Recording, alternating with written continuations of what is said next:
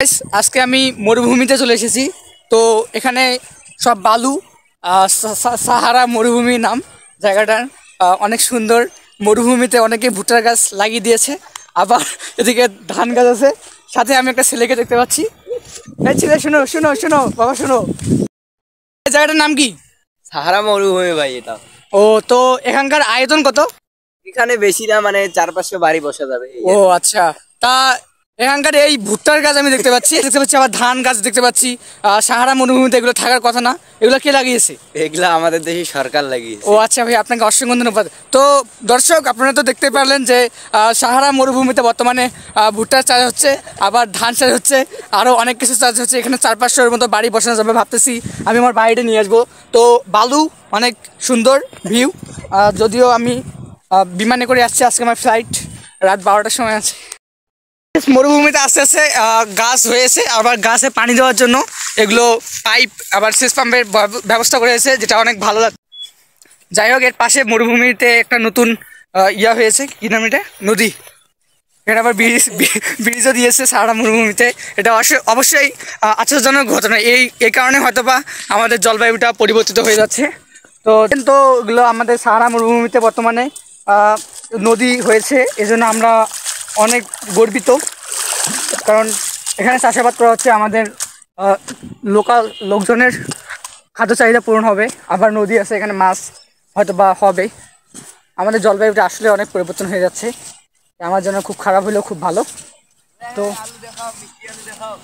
তো গাইস দেখুন, এখানে শুধুমাত্র কিরে মিষ্টি আলু চাষ হয়েছে। Wow, nice nice, very nice. Sahara মরুভূমিতে এখন মিষ্টি আলুর চাষ। আপনার মানে সাহারা মরুভূমিতে যেহেতু আসছি, সেখানে প্রকৃতিগতভাবে মিষ্টি আলুর চাষ করা হয়েছে। দেখি কে কত বড় বড়। Wow, nice. আয় ধরিয়া, এই তো আমাদের মিষ্টি আলু। ঠিক আছে, এগুলো কেজি কত ভাইয়া?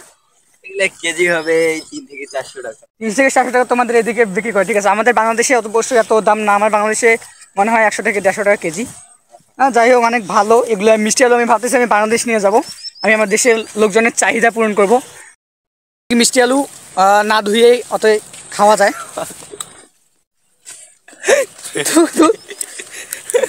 এটা কি খাওয়া যায়? তুমি খাওয়া রে, মজা আছে। মিষ্টি আলু এখানে আমরা পাইলাম, মজা আছে অবশ্য। ম্যান ভার্সেস ওয়াইল্ডের এই যে ডিসকভারি চ্যানেল দেখে না, ওইরকম আমরা হয়ে যাই। খাওয়া তারপর আমরা তাই খাবো। আরও মিষ্টি আলু আছে, আপনাদের আগে যোগাযোগ করবেন। তো গাইস, এই আলুগুলোকে আমরা গ্রামের ভাষায় আঙ্গালু বলে থাকি। এগুলো অনেক ভালো লাগে খাইতে। সুন্দর জায়গাটা, খিদে লাগি গেল রে, চল খাওয়াই মেলা। তো আমরা দেখতে পাচ্ছি এখানে অনেক পাথর। এগুলো পাথর, এখানে আসলে একটা ক্যানেল আছে, ক্যানেলটাতে পাথর দেওয়া হয় যাতে আশেপাশে পার ভেঙে না পড়ে। এই যে আমাদের ব্রিজ, এটা অনেক বড় একটা ব্রিজ, এর নিচ দিয়ে পানি প্রবাহিত হয়। এখানে অনেক সুন্দরভাবে কাজ চলতেছে, অনেক সুন্দর করা হবে জিনিসটাকে।